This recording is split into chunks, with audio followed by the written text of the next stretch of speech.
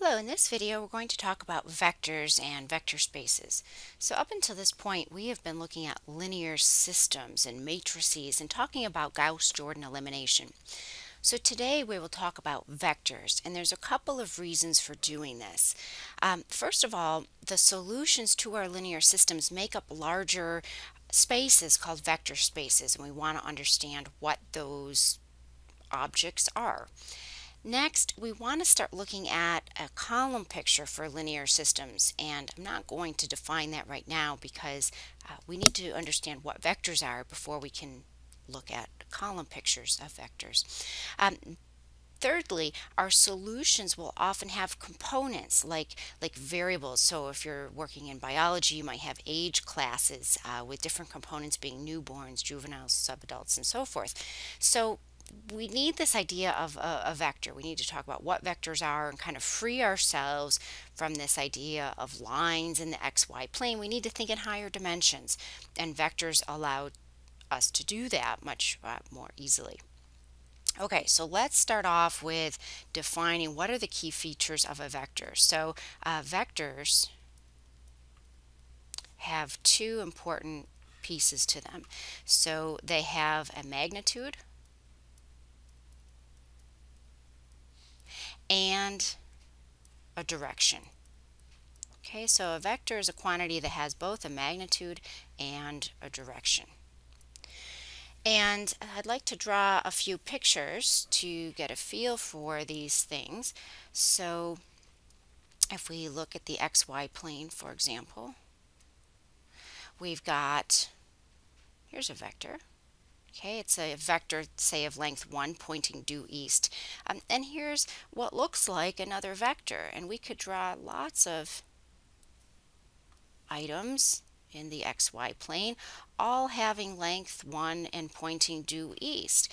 And the question is, how many vectors are in this picture? Well, actually just one. So all of these little vectors of that form represent the same vector. And again, the reason that these are really all the same vector is because they all have the same magnitude, the same length, and they're all pointing in the same direction.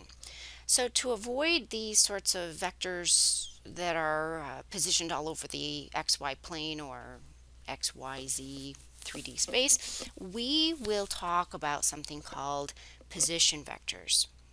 So for us, we're going to work with position vectors. So a position vector is a vector that has its initial point, its starting point, at the origin. And its terminal point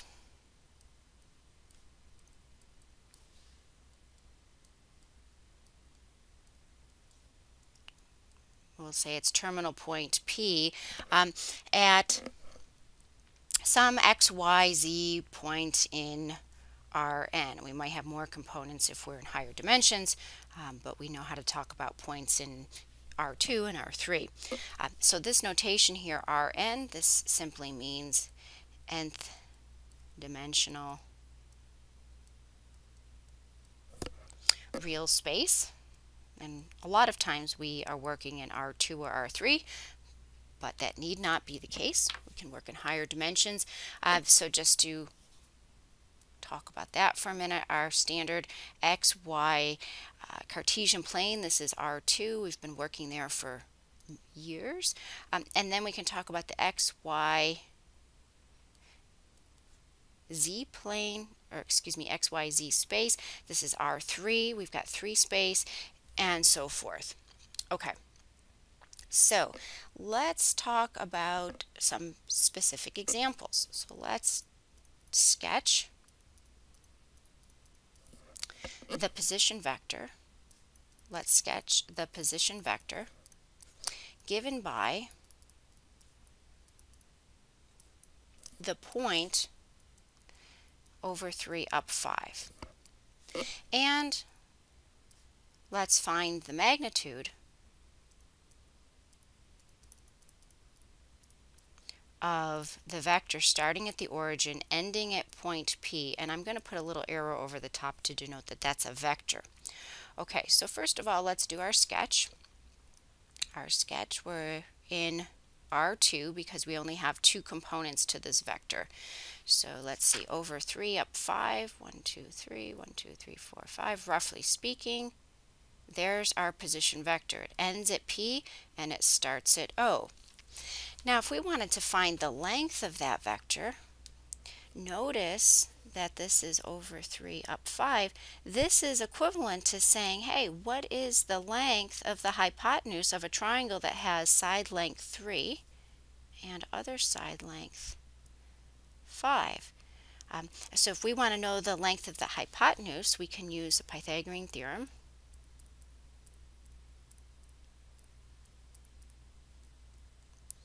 And that would tell us that the length, and I'm going to denote the magnitude of vector OP. The magnitude of vector OP is simply, by Pythagorean's theorem, the square root of 3 squared plus 5 squared. So again, this notation, this means the magnitude of vector OP. Okay, so we work through that computation and we get a 9 plus 25, and that works out to be the square root of 34. So in general, if you have a vector with more components, it's a similar sort of process. So let's take a look at another example. Let's look at a vector in R3. So let's sketch the position vector given by the point 1, 2, 3 and find the magnitude.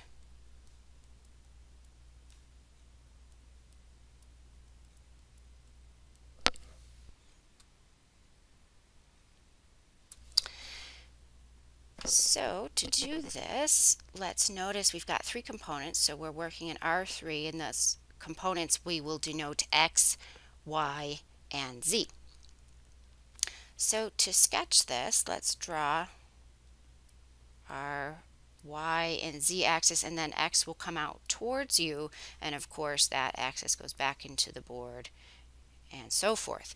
Now to draw the point 1, 2, 3, let's come out 1 in the X direction, over 2 in the Y direction, and up 3 in the Z. And if we draw a little rectangular prism, that will allow us to get a kind of a 3D perspective drawing here. The front corner of this box is exactly over 1 in the X, or out 1 in the X, over 2 in the Y, and up 3 in the Z. In other words, that point is 1, 2, 3. That's the front corner of our box. So we could sketch the vector OP by starting at the origin and ending at point P.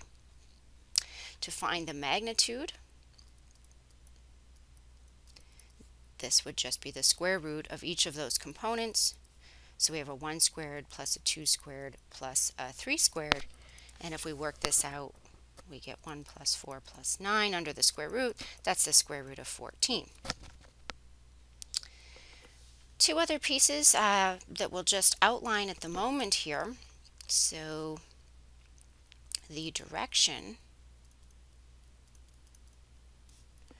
of a vector is usually denoted by referencing it to the x-axis, and we will talk more about this in section 1.6 when we talk about the dot product. So I'm going to pause that discussion, but you can look ahead to future